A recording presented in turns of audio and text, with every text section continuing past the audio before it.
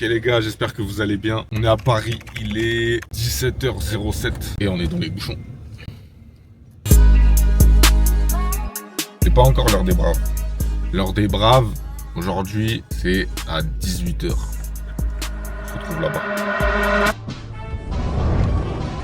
Je suis parti à la découverte des meilleures salles de boxe et de MMA. Je vais vous montrer l'ambiance, l'énergie, les infrastructures, rencontrer des combattants, des coachs. Ensemble, on va commencer par l'Île-de-France, toquer à toutes les portes, monter sur tous les rings, rentrer dans toutes les cages. L'heure des braves, c'est celle où on combat. L'heure des braves, c'est maintenant. Bonjour, aujourd'hui on est chez Osphose. Je vais vous présenter les fondateurs. Salut, Chérif, entraîneur depuis 2012, co-gérant de cette salle depuis 2021, je crois. 21, oui. 2021. Et moi, c'est Séverine, et du coup, on travaille ensemble depuis 2015, par là, ouais, ça fait un petit moment. Et dans cette salle depuis 4 ans maintenant, ouais. Et qu'est-ce qui vous a donné l'envie d'ouvrir cette salle? La pluie. Ouais. À l'époque, on travaillait dehors, Okay. On n'avait pas de salle, on faisait que du cours particulier, donc à l'extérieur, quand t'as pas de salle, tu te débrouilles, sous le métro aérien, t'essaies de trouver des parkings, des choses comme ça. Après, on a travaillé pour les salles parisiennes, donc à partir de 2016, il y a eu l'essor de la boxe loisir. Donc on a commencé à travailler dans les salles de boxe loisir, on a pris pas mal d'expérience. Il y a eu le Covid. Donc nous, pendant le Covid, on a continué à rester actifs et proposer des entraînements en vidéo et des coachings. Et après le Covid, on s'est lancé, on savait pas trop où on allait mettre les pieds, mais on a tenté l'aventure. Du coup, c'est un peu né de ce que vous faisiez avant. Ouais. C'est pas vous vous êtes dit, ok, on va faire un business, on va faire ça. C'est vraiment la continuité de vos coachings que vous faisiez à l'extérieur. C'est ça. Ok. C'est même l'inverse, à la base, on ne voulait pas ouvrir de salle. D'accord. On disait, ouvrez votre salle, on ne voulait pas. Et on était bien dehors, ça amenait une énergie qu'on aimait bien. Ok. Et à force, on s'est dit, c'est pas hyper professionnel de faire bosser les gens, de les faire s'entraîner sous la pluie l'hiver tout le temps. T'en avais 3 qui revenaient en disant j'étais malade 15 jours. C'était pas. Mais après, c'est un peu de là où est née votre identité. Parce que Osphose, si on explique, ça veut dire. On s'en fout, on s'entraîne. Du coup, c'est un peu parti de là. Donc. En vrai, c'était un mal pour un bien. Oui, oui. Ça vous a permis de, complètement. Justement, de continuer sur la lancée.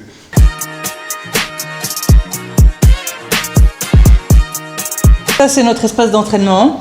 Il n'est pas très très grand, mais on l'a optimisé au mieux. Donc ici, on est dans la partie où ça boxe un petit peu. Quand on ne peut pas mettre tout le monde sur le ring, on boxe ici. Et on a toute la partie physique avec pas mal de matériel pour faire tout n'importe quoi en renforcement musculaire. Barre de traction, barre de muscu, des disques, des haltères, des steps, plein de choses pour varier au maximum les entraînements. Là, le cœur de la meule, c'est le ring, là où tout se passe. Et notre troisième espace, du coup, il va être là pour vraiment toute la partie technique et physique au sac. Et donc sur les cours, en fait, généralement, les élèves, ils sont principalement dispatchés sur le ring et dans cet espace-là. Donc pour les cours techniques, nous après on circule, on peut monter, voilà, on est là, on peut donner, on a une vision sur toute la salle. On a le timer ici donc pour les rounds et on a un timer aussi sur lequel là on peut mettre les temps qu'on veut par exemple pour les circuits training ou certains exercices. Et la particularité de notre salle, c'est qu'on a une mezzanine, nous, ici à l'étage. Et en fait, c'est notre bureau. Ça veut dire que, un peu comme dans les films américains. Dès qu'ils ne sont pas en cours, quand ils arrivent ou quand ils repartent, il y a vraiment une partie sur laquelle les gens peuvent rester, peuvent se poser, peuvent discuter, se rencontrer. Donc ici, il y a les douches. Donc il y a 4 douches individuelles, 4 cabines de douche.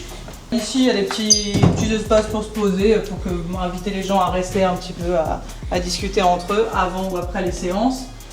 Un petit bar autogéré pour prendre un petit café, un petit verre d'eau après la séance.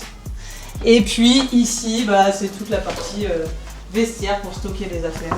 Et les toilettes, on a un petit musée. Un petit musée dans les toilettes, ouais, j'osais pas montrer les toilettes. Bon, ça va, je peux les montrer, celles-là sont quand même assez jolies. Donc ça veut dire que les gens, quand ils viennent aux toilettes, ils peuvent en découvrir plus sur. Ils peuvent découvrir l'histoire d'Osphose qui se passe aux toilettes. Voilà. Il y a les affiches de gala sur lesquelles on a boxé avant. Même là, dans le vestiaire, on a mis quelques petites photos, souvenirs. Et c'est vraiment une salle familiale, c'est-à-dire que tout ce que vous voyez là, ça a été fait à la main, donc tout ça, c'est peint par nous. Oh merde. Alors Alors à chaque fois que je filme, vous faites de la merde. Mais le trou était bien. Diagonale. Ouais. Et après, tu rassembles. Franchement, moi, c'est ma technique.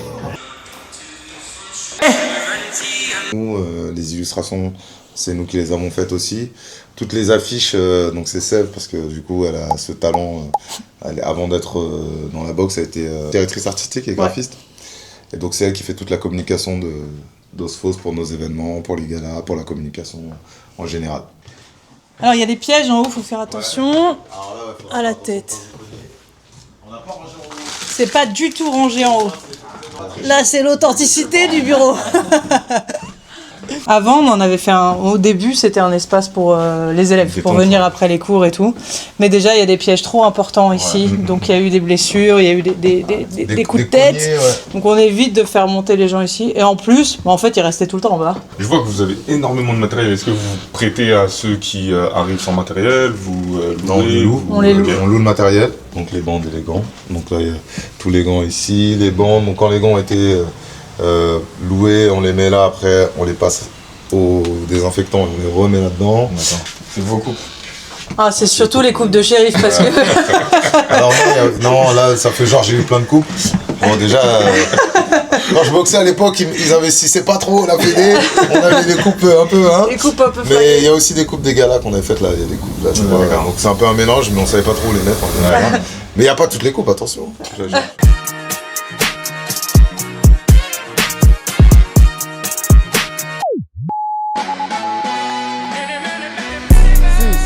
7, 8, 20, 1. Ici, avec les haltères, pendant les 20 premières secondes, c'est simple. Vous allez travailler votre coordination et votre endurance, donc vous êtes en ciseaux. Et en même temps, vous envoyez les directs. OK? Pendant 20 secondes. Ça va pour tout le monde? Les 20 secondes suivantes, toujours avec les haltères. On est en position de garde, impulsion, répulsion, on n'envoie que le bras avant.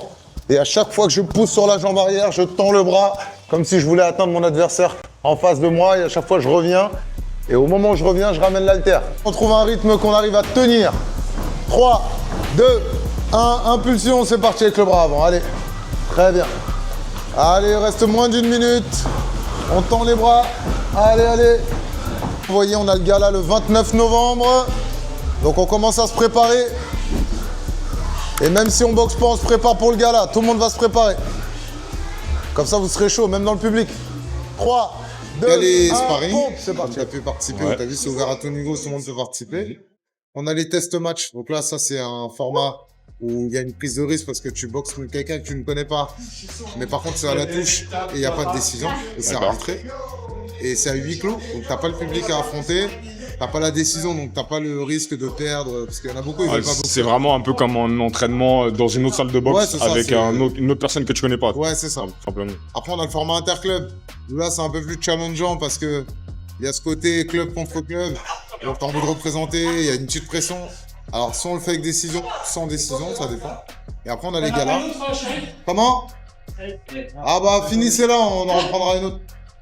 En fait, t'as les galas où là, par contre, sont en conditions réelles d'un gala de boxe avec entrée en musique, public, toute la communication sur les réseaux, sur les affiches. Là, leurs familles viennent, leurs proches viennent. Ça leur permet de vivre une vraie expérience. Ouais, et là, par contre, ils se préparent, il y a du stress, ils connaissent leurs adversaires, etc. Allez, dès qu'on a bu, on s'équipe, on trouve un partenaire. Aujourd'hui, on travaille sur les fondamentaux, on va travailler sur les coups circulaires. Là, le temps des explications, peut-être que vous allez avoir le temps de finir la bande, ouais, ce sera bon. Ok, donc aujourd'hui, on travaille sur les coups circulaires. Qui peut me citer les coups circulaires? Exactement. Donc en fait, sur les gammes de coups que vous avez en anglaise, il y a 3 coups. Direct, crochet, uppercut. Les directs, c'est des coups à trajectoire rectiligne. Et les 2 autres coups qui restent, c'est des coups à trajectoire circulaire. Ok? Donc, le crochet, viens voir Baptiste. Donc c'est un coup à trajectoire circulaire délivré sur un plan horizontal. D'accord? Donc l'objectif, c'est d'avoir les côtés du visage et les côtés du buste. On peut avoir les tempes, les pommettes, les yeux, le nez, la mâchoire, les côtes, le foie, la rate, on peut avoir pas mal de choses. Et c'est vraiment un coup, s'il est bien délivré, très efficace, très puissant. On a l'uppercut, qui est le deuxième coup circulaire. L'uppercut, c'est la même chose que le crochet. C'est la même attaque. C'est un coup à trajectoire circulaire, sauf que le plan d'inclinaison, il est vertical. D'accord? Donc les deux, c'est la même définition. C'est juste le plan d'inclinaison qui change, mais le positionnement du bras est le même. OK? Maintenant, comme toutes les attaques, l'important, ça va être vos appuis. Donc, il va falloir bien fléchir sur les jambes, avoir un bon écart de jambes pour être stable. Vas-y, fléchis.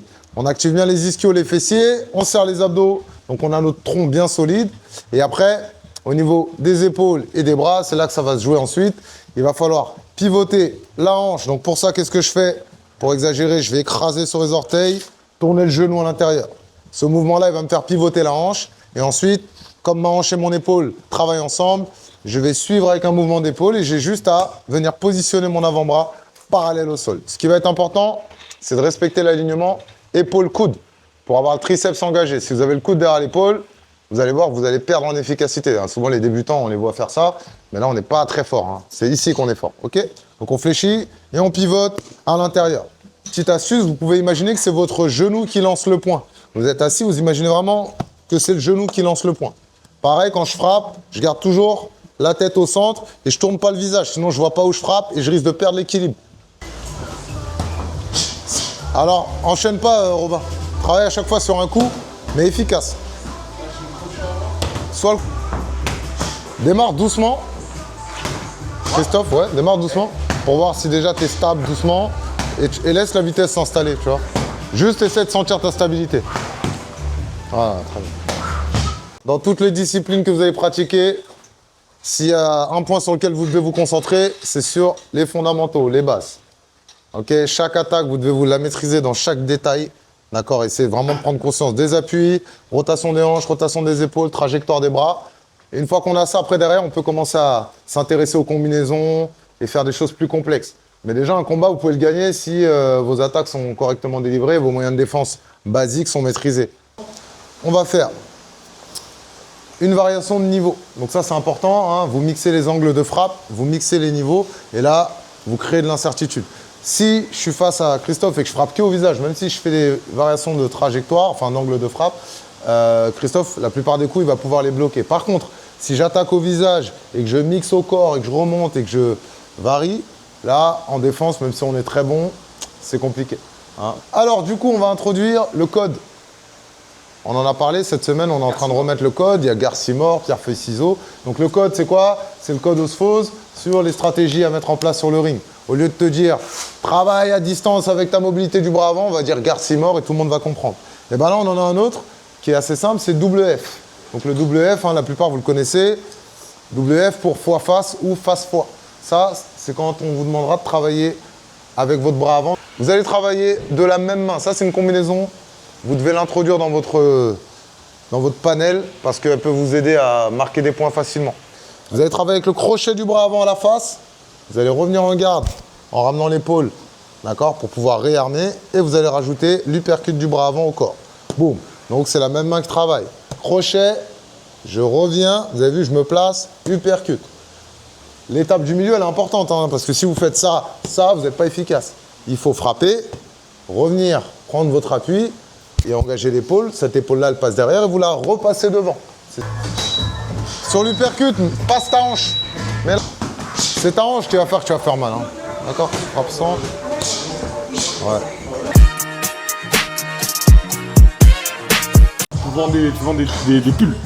Ouais, des sweats, ouais, et des t-shirts. T'as quoi comme couleur? Pour les sweats à capuche, c'est le jaune qu'on a là. Ouais. Et après, voilà, t'as les modèles qui sont là. Ok. Il y a que le jaune là? Ouais, là en sweat, on a que ça et on en a d'autres qui vont arriver après, mais là, c'est la commande qui nous reste, c'est celle-là. Prenez de la place, Hugo, monte sur le ring. Allez, ciseaux devant avec les bras et les jambes. Ciseaux devant, 2, 4, 6. Ah ben c'est parfait, c'est comme ça que tu vas pouvoir rentrer. Tu vas travailler avec eux. Ah, on tend bien les bras. Un pull, s'il vous plaît. Ouais, t'en veux un maintenant ou Ouais. Ah ok, très bien. Je m'entraîne jamais en chien. D'accord, ok. Ah ouais. Le gars qui veut perdre, veut sécher. Allez, position pompe.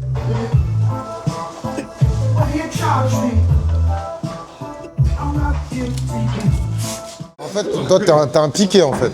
T'es resté compétiteur, t'arrives pas à lâcher. Hein. Bah c'est bien, c'est bien. Tu sais quand t'es entraîneur, Ouais. il faut... Montrer l'exemple. Voilà, T'es exactement. par l'exemple. Ouais, ouais. En fait, toi, ta pédagogie, c'est par l'exemple. Ouais, c'est bien. Moi, j'ai beaucoup de jeunes qui qui m'ont vu grandir et tu vois, je sens que ça les motive. Quand Ouais, t'as encore je référence. suis pas là, Ouais, et bah ils viennent pas et tout. ouais, Je les embrouille en mode, mais c'est pas parce que moi je suis là ouais, et je fais les choses ou que je suis pas là, par exemple, que ouais. ils devraient pas venir. Et du coup, est-ce que tu arrives à construire une génération de références, c'est-à-dire les gars que tu as formés, comme Adèle, c'est ça? Est-ce que du coup, tu arrives à te détacher en les formant eux et Ouais, justement, cette année là, c'est ce qui va te permettre de prendre du recul? Ouais, je fais les jeunes. ouais, Moi je suis là toujours, ouais. mais il fait l'échauffement des jeunes. Ah, c'est bien ça. C'est diplôme, Ah, bah c'est parfait. etc. Parce que tu vas voir après, avec le temps. Mais bon, je veux quand même rester Mais ouais, t'as encore faim. tout le temps dans le truc. Ouais, t'as encore faim, c'est bien. Tu vois, parce que surtout la boxe, on fait des vidéos. Ouais, c'est vrai. Et le fait que. Allez boire et équipez-vous quand vous avez fini. Des fois, tu sais, c'est dur. Mais tu vois, Tu lâches pas. c'est Ouais, ah oui. T'es là, tu parles, t'as le cœur comme ça. parcourir et tout, je monte les escaliers. Regardez, c'est facile. Moi, je suis en papy. 30 ans, vous êtes jeune, vous avez tout. Non, mais après, c'est vrai, tu les pousses. Ouais, mais tu les pousses.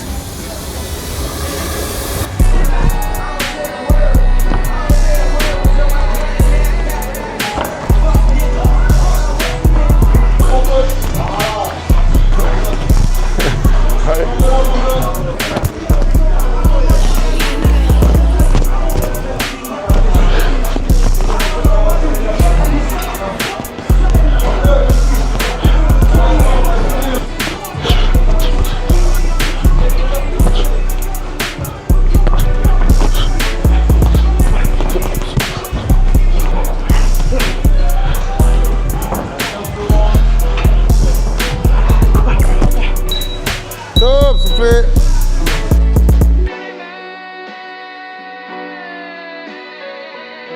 Il y a différents poids, il y a différents niveaux, différents styles. C'est bien, ça fait travailler. Moi, je suis déjà venu dans cette salle il y a un moment et vraiment l'apprentissage il est bien linéaire avec Chérif et Seb. On voit leurs élèves progresser, donc c'est très bien. La fin de l'entraînement de sparring, il est 20h. Toujours l'heure des braves parce qu'il y a un autre cours de boxe physique et c'est un cours beaucoup plus basé sur le physique qui va vous permettre justement de performer en sparring ou en cours de boxe. Je vais boire de l'eau parce qu'il fait froid. Il y a de l'eau ici aussi, ils vendent de l'eau. Ça c'est un mini-bar autonome, autogéré. Tu prends ta boisson et après tu poses ton argent. Plus sec. Comment tu décrirais la salle en 3 mots? En 3 mots, ambiance, effort et entraide. Entraide? Entraide, ouais. Ok, tu entraide. sens que... Ouais, c'est un groupe, il y a tout niveau, t'as vu, tu t'adaptes, il y a vraiment des débutants, des gens un peu plus confirmés, tu vois, même toi. Ouais.